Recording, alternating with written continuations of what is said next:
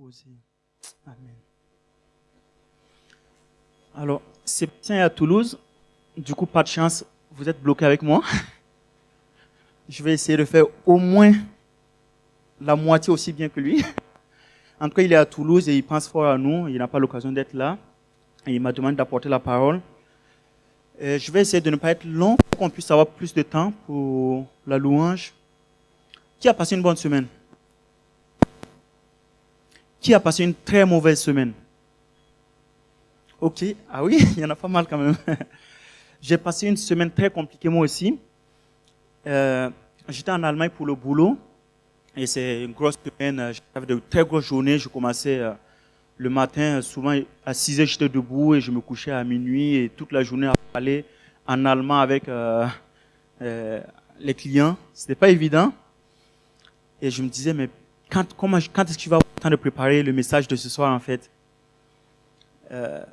Mais je rends grâce à Dieu parce que même dans ces épreuves-là, il crée des occasions. Et j'étais avec un collègue et le mardi, pendant que nous étions ensemble, le mercredi plutôt, nous étions en train de manger ensemble. Et là, il a commencé à me poser des questions.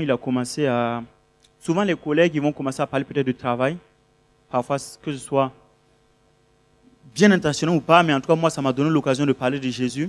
Et j'ai commencé à parler de qui est vraiment Jésus, en fait.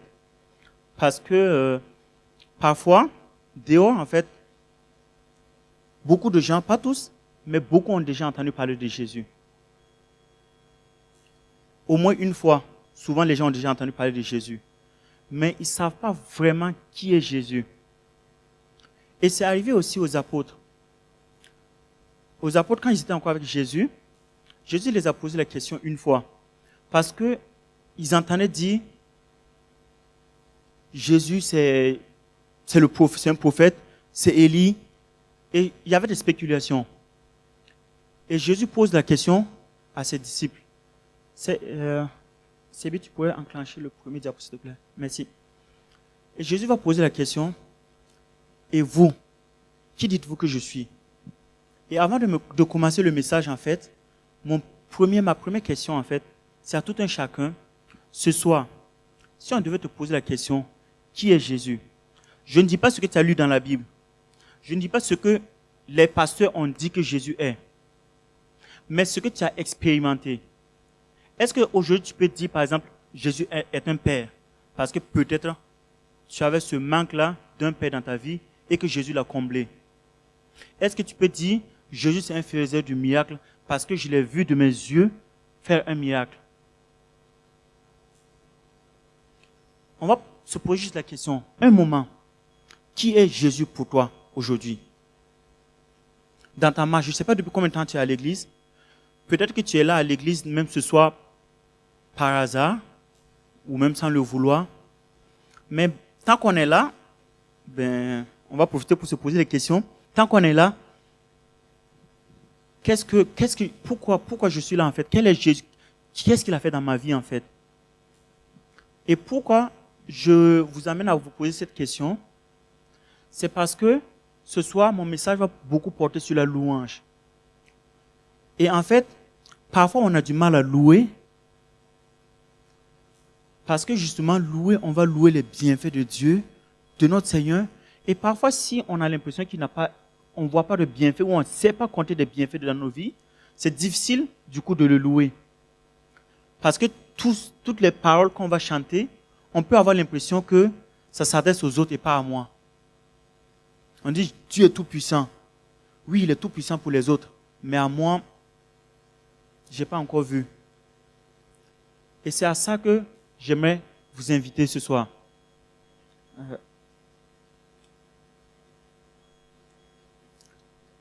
Ça me fait penser à Job.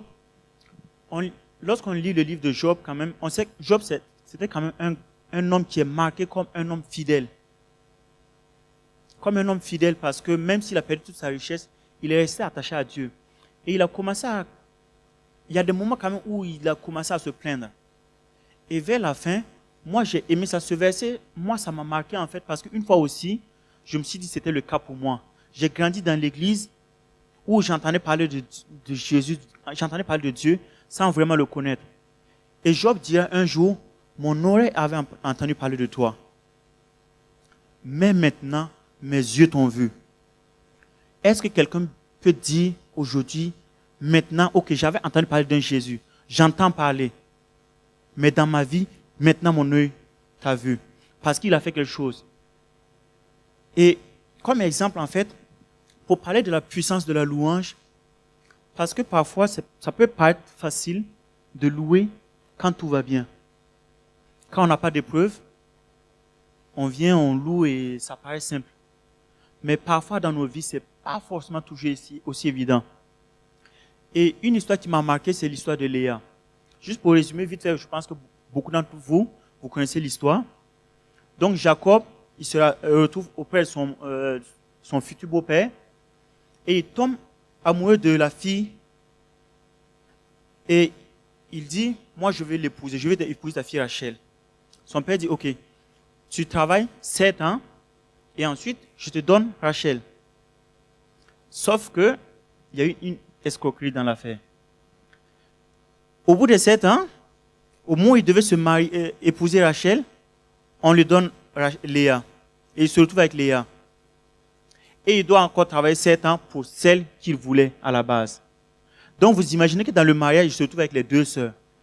Une qu'il aime et une avec laquelle il est coincé. Parce qu'il ne la voulait pas à la base. Et il se trouve coincé avec elle. Donc forcément, vous imaginez qu'elle n'était pas forcément la mieux traitée. Et elle, ça commençait à peser. Mais la parole de Dieu va dire que Dieu va se souvenir de Léa. L'Éternel, là à partir de Genèse 29, à partir du verset 31, l'Éternel vit que Léa n'était pas aimée. Et il la rendit féconde, tandis que Rachel était stérile. Léa devint enceinte et elle enfanta un fils à qui elle donna le nom de Ruben. Car elle dit, l'Éternel a vu mon humiliation et maintenant mon mari m'aimera. Dieu a vu qu'elle souffrait et alors Dieu lui donne un fils. Mais au final, pour elle, Dieu l'a donné un fils pour que son mari l'aime. Mais ce n'était pas vraiment l'objectif. Et son mari, Jacob, ne va pas l'aimer malgré ça. Et donc, la suite, elle devient encore enceinte. Et cette fois-ci, elle dit, l'Éternel a entendu ce que je n'étais pas aimé et il m'a accordé celui-ci. Et elle lui donna le nom de Siméon, le deuxième fils. Toujours pas.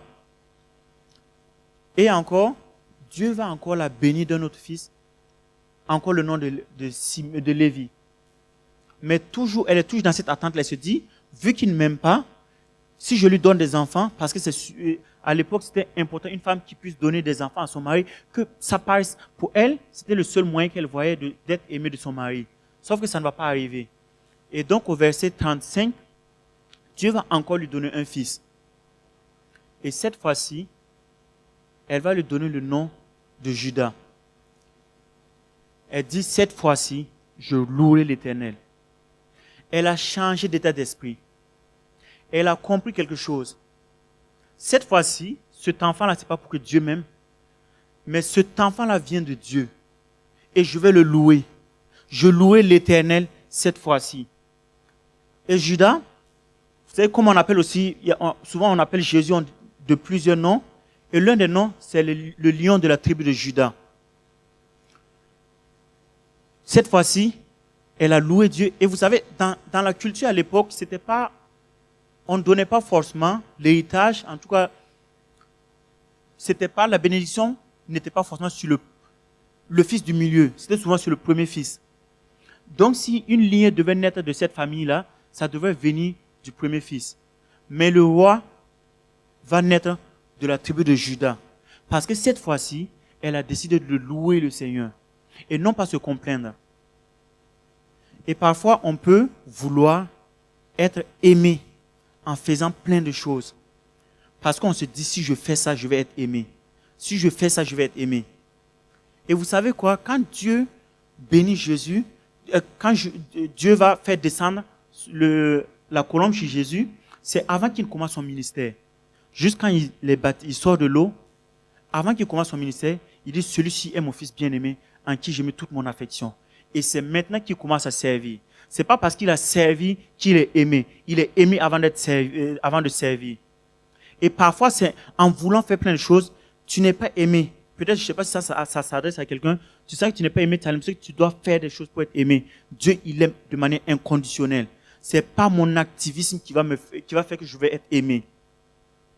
Et même dans le service, je ne sers pas Dieu pour que Dieu m'aime. Mais parce que Dieu m'aime, j'ai envie de le faire plaisir, alors je suis actif dans le service. Mais même si je m'active dans le service, c'est pas ça qui va faire que Dieu va m'aimer. On ne peut pas acheter. L'amour de Dieu ne s'achète pas. Il est gratuit. Alors pourquoi souffrir pour essayer de l'acheter? Et là, c'était une première idée pour montrer l'importance de la louange, même quand on a l'impression qu'on n'a pas ce qu'on veut. Il y a une puissance dans le fait de louer Dieu, même dans ces moments-là. Et quand je dis louer, parfois, on a besoin d'ouvrir la bouche, même d'être dans l'action. Parce que parfois, on peut se dire, mais Dieu, il connaît mon cœur. Je n'ai pas besoin d'ouvrir la bouche pour le louer. Mais le fait d'ouvrir, c'est une confession. C'est pour ça que dans la Bible, il dit, toute langue confessera. Parce que la langue aussi, parfois, la langue, ce qui va sortir de notre bouche, c'est ce qui est dans notre cœur. Et parfois, quand dans notre cœur, c'est difficile que ça sorte de la bouche. Mais si dans notre bouche, dans notre cœur, la louange, c'est plein de louanges, ça va pas sortir, ça n'aura pas du mal à sortir. Amen. Et une autre, Sébi, si tu peux passer au prochain. Donc là, c'était juste le verset justement pour conclure cette première partie, où par rapport à Jérémie, Dieu dit pareil en fait. Avant que tu ne sois né, avant que tu sois formé dans le ventre de ta mère, je te connaissais déjà et je t'avais déjà choisi.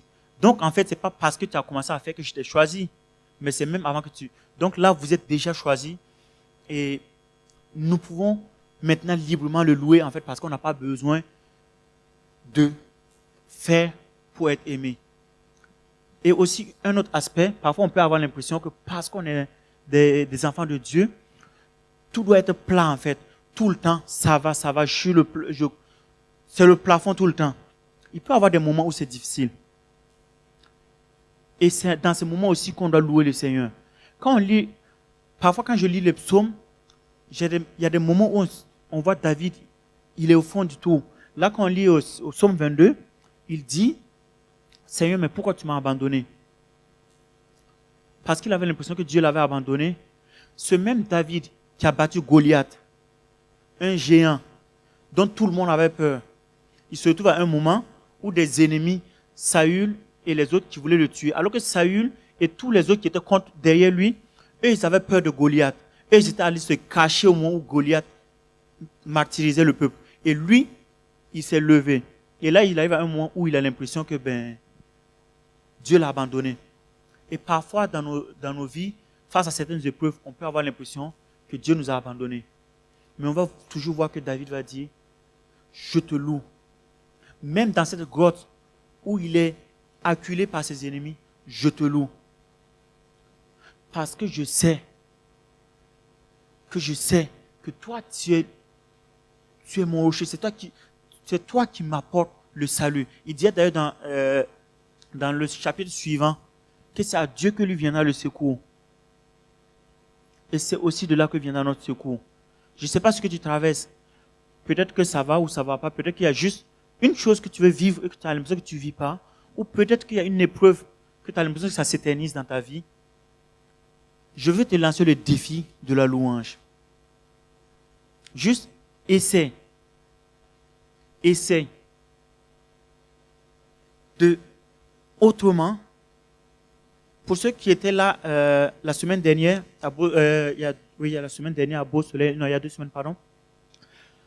Il donnait une image que j'ai bien aimée. J'étais pas là, mais j'ai écouté après la prédication. Et il disait justement, c'est pas parce que, en fait, parfois on veut chasser le péché de nos vies, mais il disait que aussi pour chasser le péché de nos vies, en fait, il faut remplacer par autre chose. Parce que si je dis juste, je ne vais pas faire ça, je ne veux plus scroller sur Instagram, ben en fait, le temps qu'il y a là, qu'est-ce que je fais? Et je vais finalement repenser à ça et revenir à ça. Et l'une des choses qui peut m'aider à occuper mon temps, c'est aussi la louange. Passer du temps à louer Dieu. Et là, quand je dis louer, c'est pas forcément juste chanter. Je vais pas commencer une prédication, un truc théologique sur qu'est-ce qu'est la louange. Chacun le loue librement comme il le sent et il le peut. Mais l'idée, c'est vraiment de dire à Dieu, dans l'épreuve, je te loue. Et je me rappelle quand j'étais plus jeune, on nous donnait ce verset-là. On nous disait que quand j'étais avec les enfants, les tout petits, on nous disait ça, c'est le numéro de téléphone de Dieu. Parce qu'il dit, fais appel à moi et je te répondrai. Et c'est une promesse. Et la parole de Dieu dit que Dieu n'est pas un homme pour mentir. Et là, c'est le défi que je lance, c'est de lui faire appel. De lui faire appel. Je ne sais pas ce que tu traverses, mais juste fais-lui appel.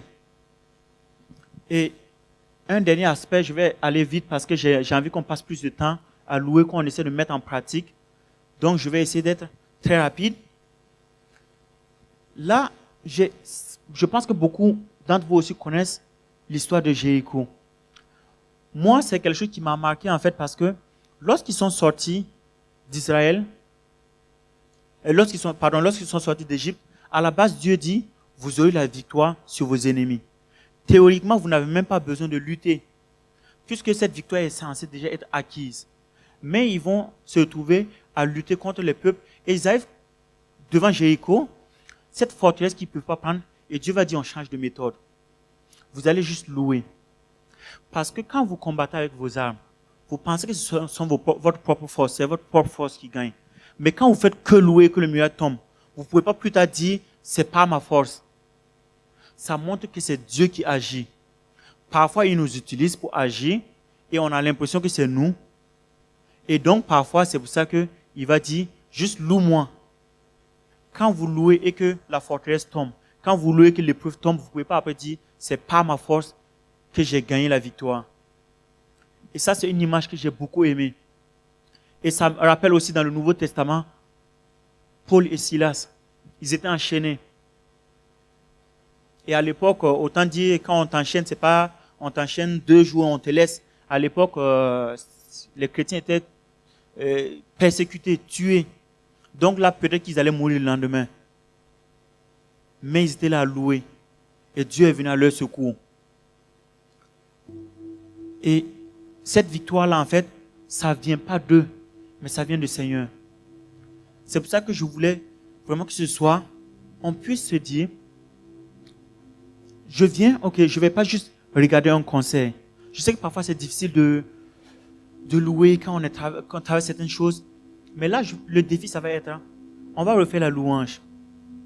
Cette fois-ci, ne dis pas juste, ne te contente pas juste d'écouter. Essaie de faire l'effort d'ouvrir ta bouche pour louer. Si tu ne t'es jamais prosterné et que tu te dis, Seigneur, je veux te montrer que dans mon cœur, je suis tout entier à toi, essaie même de te prosterner si tu ne l'as jamais fait. Lève ta main si tu ne l'as jamais fait. Mais l'idée, c'est de dire à Dieu, au-delà de ce que je traverse, je veux te mettre au centre. Parce que je crois en toi et je sais que si tu es venu dans ma vie, c'est pas pour que je vive une vie qui ressemble à celle dans laquelle j'étais avant de te connaître. Parce que Jésus, normalement, s'il rentre dans ta vie, si tu le laisses agir, il y a un changement.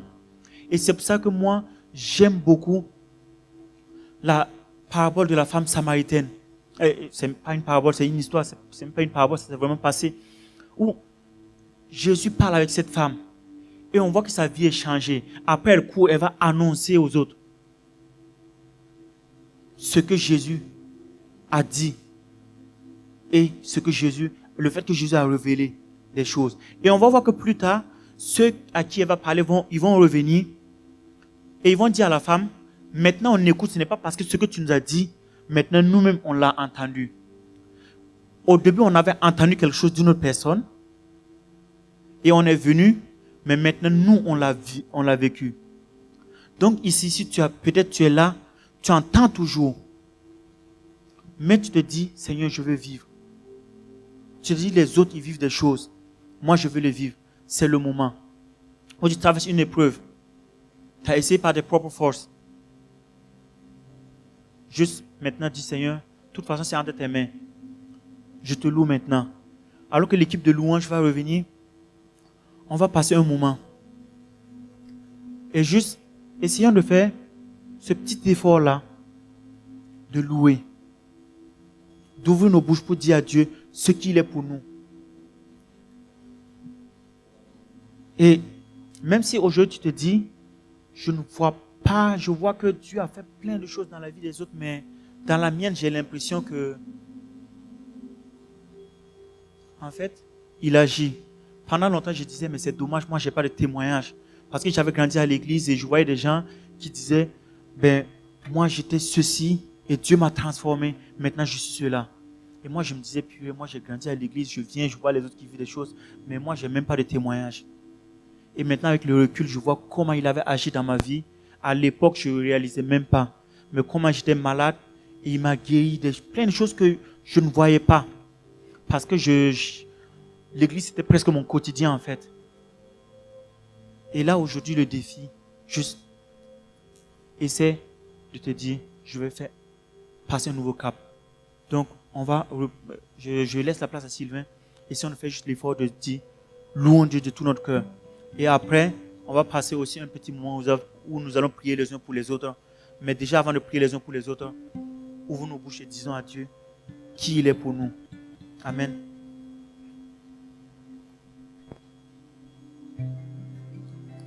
Alléluia. Est-ce qu'on pourrait se lever devant la présence de notre Dieu? Je voudrais vraiment, avant qu'on puisse continuer la louange, ne pas s'arrêter des émotions. Peu importe ce que tu ressens, Dieu nous a devancés dans ce lieu. Ne t'attends pas à avoir des frissons. Si tu en as, c'est bien, mais c'est pas le plus important. C'est juste que tu réalises que tu es dans la maison de l'Éternel, que tu es dans la maison de Dieu, et que nous sommes appelés à le louer, peu importe les situations qui peuvent se passer, peu importe les obstacles qui se dressent devant toi, peu importe les murailles de Jéricho qui se dressent devant toi, on va louer le Seigneur de tout notre cœur.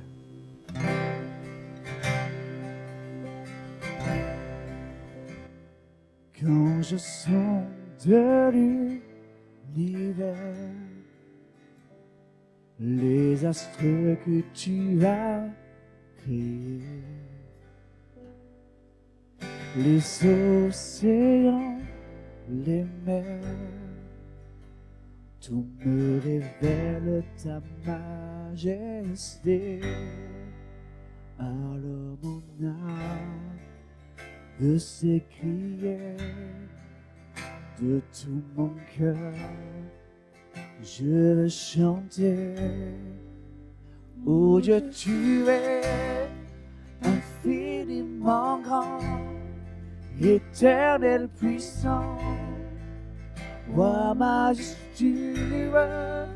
Oh Dieu, tu es infiniment grand, éternel puissant, roi majestueux.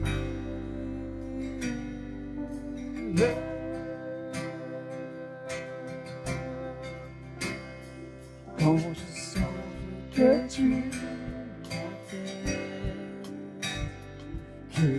t'es révélé à moi, que pour moi tu as tout créé. Amen, tu me révèles. Même ta bonté qui se renouvelle à chaque matin. Alors mon âme veut s'écrier de tout mon cœur. Je veux chanter. Alors mon âme veut s'écrier de tout mon cœur. Je veux chanter. Oh Dieu, tu es infiniment grand, éternel puissant, roi majestueux. Oh Dieu, tu es infiniment grand, éternel puissant, Roi majestueux, oh Dieu, tu es infiniment grand, éternel puissant. Roi majestueux, oh Dieu, tu es infiniment grand, éternel puissant. Roi majestueux.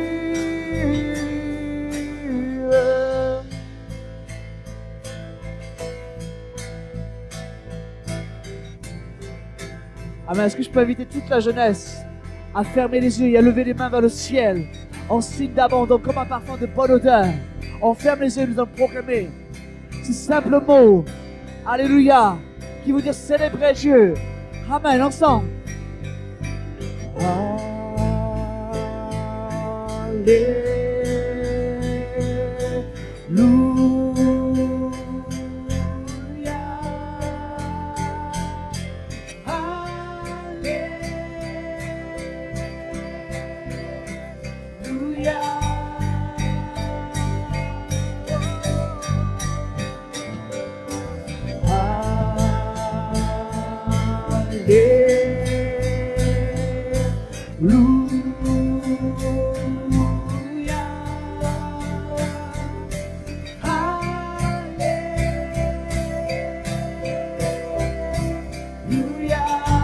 Amen, encore une fois, nous proclamons un ciel ouvert dans ce lieu. Alléluia.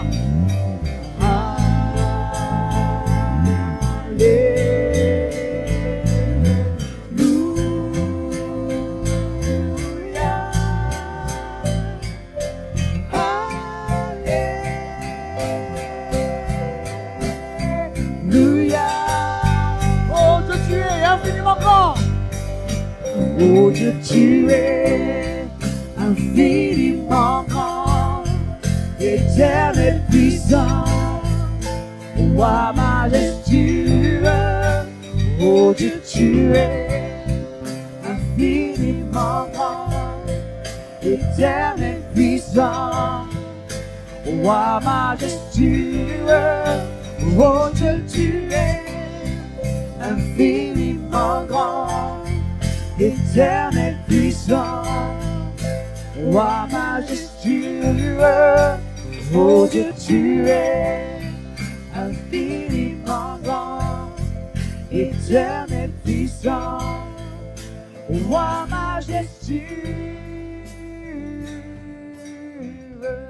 Est-ce qu'on peut acclamer le roi des rois dans ce lieu? Alléluia. Est-ce qu'on peut faire du bruit pour le roi des rois?